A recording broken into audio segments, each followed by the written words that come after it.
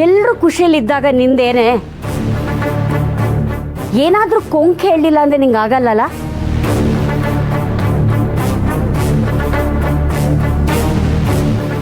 ನಾನೇನಮ್ಮ ಕೊಂಕ್ ಹೇಳ್ದೆ? ನನಗ್ ಹೊಟ್ಟೆ ಹಸಿತಾ ಇದೆ. ಇದನ್ನೆಲ್ಲ ಮುಗಿಸಿ ಹೊಟ್ಟೆ ತುಂಬಿಸ್ಕೊಳ್ಳೋದಿದೆಯೋ ಅಥವಾ ಮಗು ಬರುತ್ತೆ ಅನ್ನೋ ಖುಷಿಲೇ ಹೊಟ್ಟೆ ತುಂಬಿಸ್ಕೊಂಡ್ಬಿಟ್ಟಿದ್ದೀರೋ? ಆಯ್ತಾಯ್ತು ಸಾಕು, ಎಲ್ರೂ ಊಟ ಮಾಡ್ಲೇಬೇಕಲ್ವಾ? ಹೌದೌದು, ಊಟ ತಿನ್ನೋದಕ್ ಮಾತ್ರ ಯಾರು ತಪ್ಪಲ್ಲ, ಆದ್ರೆ ಅಡ್ಗೆ ಮಾಡೋದಕ್ ಮಾತ್ರ ಯಾರು ಬರಲ್ಲ.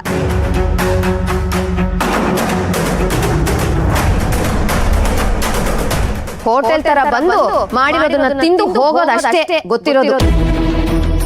ಅಭ್ಯಾಸ ಕೆಲವ್ರಿಗೆ.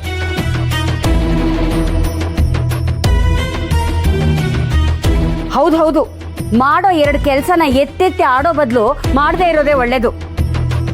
ನಿಂಗೆ ಸುಮ್ಮನೆ ಇರಕ್ಕಾಗಲ್ವಾ? ಏನಾದ್ರೂ ಒಂದು ಹೇಳಲೇಬೇಕಾ? ನಾನೇನ್ ಇಲ್ದೇ ಇರೋದನ್ನ ಹುಡ್ಸ್ಕೊಂಡು ಹೇಳ್ತಿಲ್ವಲ್ಲ, ಇರೋದನ್ನೇ ಹೇಳ್ತಿರೋದು. ಅದೇನೋ ಹಳೆ ಗಾದೆ ಇದೆಯಲ್ಲ, ಇದ್ದಿದ್ದಂಗೆ ಹೇಳಿದ್ರೆ ಎದ್ ಬಂದ್ ಎದೆಗೋದ್ರು ಅಂತ, ಹಂಗಾಯ್ತು ನಿನ್ ಕತೆ. ಹೌದು ಕಣೆ, ಆಡ್ತೀನಿ. ಈ ಮನೇಲಿ ಎಲ್ಲರೂ ಇರೋದನ್ನೇ ಮಾತಾಡಿದ್ರೆ ನಿನ್ ಕತೆ ಏನಾಗತ್ತೆ ಅಂತ ಗೊತ್ತು ತಾನೆ? ಅಮ್ಮ,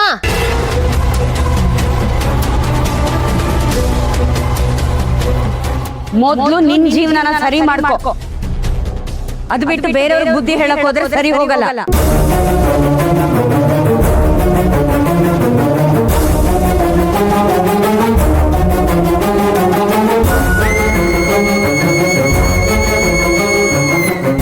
ನೀನೇನೆ ಬಾಯ್ ಬಿಟ್ರೆ ಬರೀ ಅದೇ ವಿಷಯನಾ? ಬೇರೆ ವಿಷಯನೇ ಇಲ್ವಾ? ಹೆತ್ತ ಮಗಳು ಕಾಳಜಿ ಇರಲಿ. ಈಗ ನೋಡು, ಬೇಜಾರು ಮಾಡ್ಕೊಂಡು ಹೋದ್ಲು. ಹೋಗ್ಲಿ ಬಿಡಿ, ಸ್ವಲ್ಪ ಹೊತ್ತಿಗೆ ಸರಿ ಹೋಗ್ತಾಳೆ.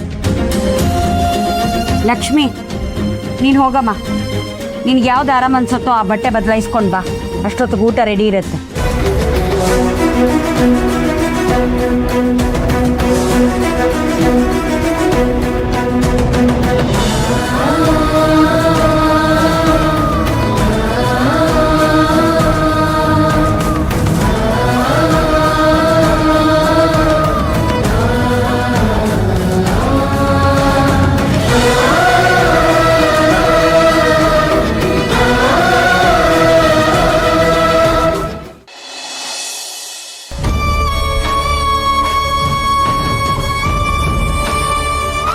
ನನಗೆ ಮಗಳು ಅಳಿಯಂಗೂ ಇದೆಲ್ಲ ಮಾಡಬೇಕು ಅಂತ ಆಸೆ ಇತ್ತು.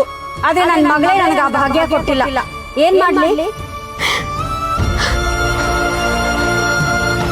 ಈ ಮನೇಲಿ ಎಲ್ಲರೂ ಇರೋದನ್ನೇ ಮಾತಾಡಿದ್ರೆ ನಿನ್ ಕತೆ ಏನಾಗತ್ತೆ ಅಂತ ಗೊತ್ತು ತಾನೆ? ಮೊದ್ಲು ನಿನ್ ಜೀವನನ ಸರಿ ಮಾಡ್ಕೋ. ಅದು ಬಿಟ್ಟು ಬೇರೆಯವ್ರ ಬುದ್ಧಿ ಹೇಳಕ್ ಹೋದ್ರೆ ಸರಿ ಹೋಗಲ್ಲ. ಒಂದು ತಪ್ಪು ನಿರ್ಧಾರ, ಒಂದೇ ಒಂದು ತಪ್ಪು ನಿರ್ಧಾರ. ಬೇಡ ಬೇಡ ಅಂದ್ರು ನೆನಪು ಮಾಡಿ ಹಿಂಸೆ ಕೊಡ್ತಾರೆ. ಅವನೊಬ್ಬ ಅಯೋಗ್ಯ ಅಂತ ನನಗೇನ್ ಗೊತ್ತಿತ್ತು? ಪ್ರೀತಿ ಹೆಸರಲ್ಲಿ ಕುತ್ತಿಗೆ ಕೊಯ್ದ್ಬಿಟ್ಟ. ಅವನೊಬ್ಬ ನನ್ನ ಲೈಫಲ್ಲಿ ಬಂದಿರ್ಲಿಲ್ಲ ಅಂದಿದ್ರೆ ಇಷ್ಟೆಲ್ಲ ಆಗ್ತಾನೆ ಇರ್ಲಿಲ್ಲ. ಅವನಿಂದಾಗಿ ಇನ್ನು ಏನೇನು ಅನುಭವಿಸ್ಬೇಕು? ಕರ್ಮ ಕರ್ಮ ಕರ್ಮ ಕರ್ಮ.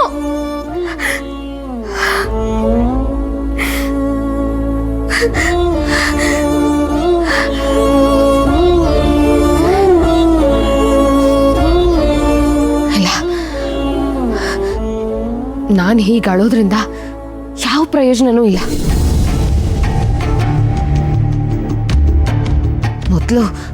ಮೊದಲು ಇದೆಲ್ಲೋದ್ರಿಂದನೂ ಮುಕ್ತಿ ಪಡ್ಕೋಬೇಕು.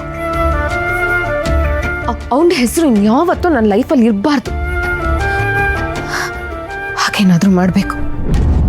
ಆಲ್ರೆಡಿ ಮನೆಯವ್ರ ದೃಷ್ಟಿಲಿ ಸಣ್ಣವಳಾಗ್ಬಿಟ್ಟಿದ್ದೀನಿ.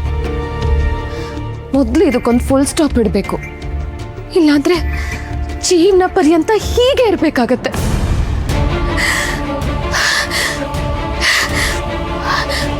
ಹಾಳಾದವನು ಯಾರು, ಅವನು ಎಲ್ಲಿನವನು, ಅವನ ಫ್ಯಾಮಿಲಿ ಬ್ಯಾಕ್ಗ್ರೌಂಡ್ ಏನು ಒಂದೂ ಗೊತ್ತಿಲ್ಲ. ಮೊದಲೇ ನಾನು ಇದನ್ನೆಲ್ಲ ವಿಚಾರಿಸ್ಕೊಂಡಿದ್ರೆ ನನಗೆ ಈ ಸ್ಥಿತಿನೇ ಬರ್ತಿರ್ಲಿಲ್ಲ. ಇಲ್ಲ, ನಂದೇ ತಪ್ಪು.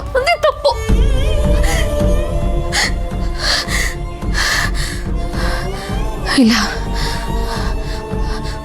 ಮೊದಲು ಅವನ ಫ್ಯಾಮಿಲಿನ, ಅವನಿಗೆ ಸಂಬಂಧಪಟ್ಟವ್ರನ್ನ ಹುಡುಕ್ಬೇಕು.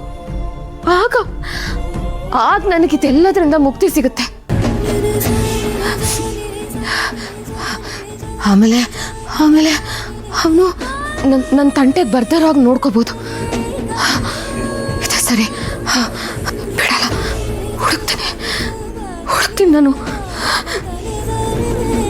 ಹುಡುಕ್ತೀನಿ.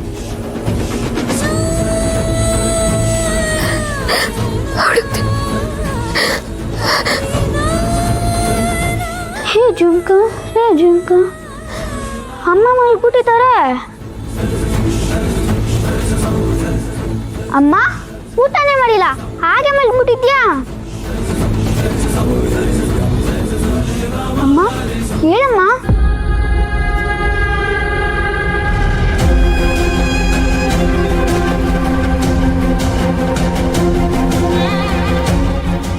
ಯಾಕಮ್ಮ ಯಾವಾಗಲೂ ಕೋಪ ಮಾಡಿಕೊಂಡು ಎಲ್ಲರ ಮೇಲೂ ಜಗಳ ಮಾಡಿಕೊಂಡು ನೀನು ನೋವು ಮಾಡ್ಕೋತೀಯ?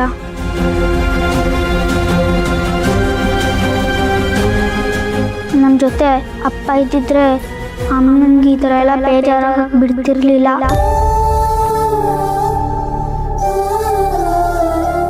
ಹರಿಮಾವಯ್ಯಗೆ ಲಕ್ಷ್ಮಿ ಅತ್ತೆನ ನೋಡ್ಕೋತಾರೋ, ನಮ್ಮ ಜೊತೆ ಅಪ್ಪ ಇದ್ದಿದ್ರೆ ಅಮ್ಮನ್ನೂ ಹಾಗೆ ನೋಡ್ಕೋತಿದ್ರು. ನಾನೇ ಹೇಗಾದ್ರೂ ಮಾಡಿ ಅಪ್ಪನ ಮತ್ತೆ ಕರ್ಕೊಂಡ್ಬರ್ತೀನಿ. ಆಗ ಅಮ್ಮನ ಖುಷಿ ಆಗ್ತಾರೆ.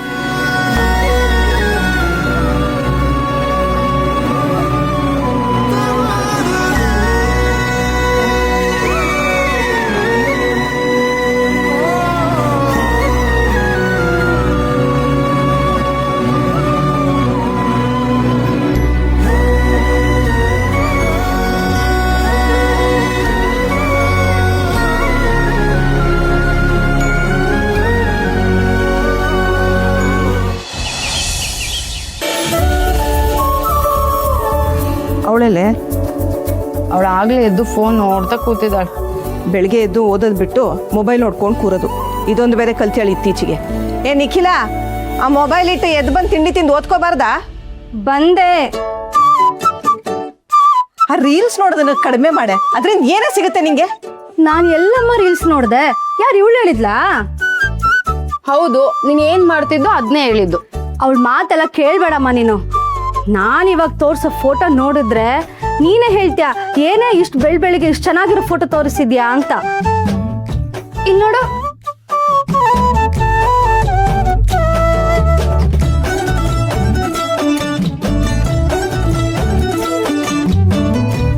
ಹೇಗಿದೆ ಫೋಟೋ? ಸಖತ್ತಾಗಿದೆ ಅಲ್ಲ? ಅಂದ್ರೆ ಅಕ್ಕ ಬಾಬಾ ಸರಿ ಹೋದ್ರಾ? ಹಾ, ಇಬ್ರು ಒಟ್ಟಿಗೆ ಕೂತು ಪೂಜೆ ಮಾಡ್ತಿದ್ದಾರೆ ಅಂದ್ರೆ ಸರಿ ಹೋಗಿದ್ದಾರೆ ಅಂತಾನೆ ಅರ್ಥ.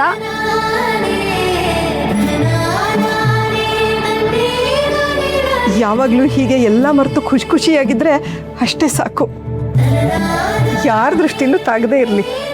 ಅಲ್ಲಮ್ಮ, ಮನೇಲಿ ಇಷ್ಟು ದೊಡ್ಡ ಪೂಜೆ ಮಾಡಿದ್ದಾರೆ, ನಮ್ಗೊಂದು ಮಾತು ಹೇಳಿಲ್ವಲ್ಲಮ್ಮ ಇವರು? ಮನೆಯಲ್ಲಿ ದೇವ್ರ ಮುಂದೆ ಕೂತ್ ಸಣ್ಣದಾಗೇನೋ ಪೂಜೆ ಮಾಡ್ಕೊಂಡಿದ್ದಾರೆ, ಎಲ್ಲದಕ್ಕೂ ಕರೀತಾರೇನೆ. ನಿಂದೊಳ್ಳೆ ಸರಿ. ಸರಿ, ಏನ್ ಶಾಸ್ತ್ರ ಇದು? ಅದೇನೋ ಅತ್ತೆ ಫ್ರೆಂಡ್ ಒಬ್ರು ನಾರ್ತ್ ಇಂಡಿಯಾ ಟೂರ್ಗೆ ಹೋಗಿದ್ರಂತೆ. ಅಲ್ಲಿ ವರಸಿದ್ದಿ ದಾರ ಅಂತ ಇದನ್ನ ತಂದ್ಕೊಟ್ಟಿದ್ರಂತೆ.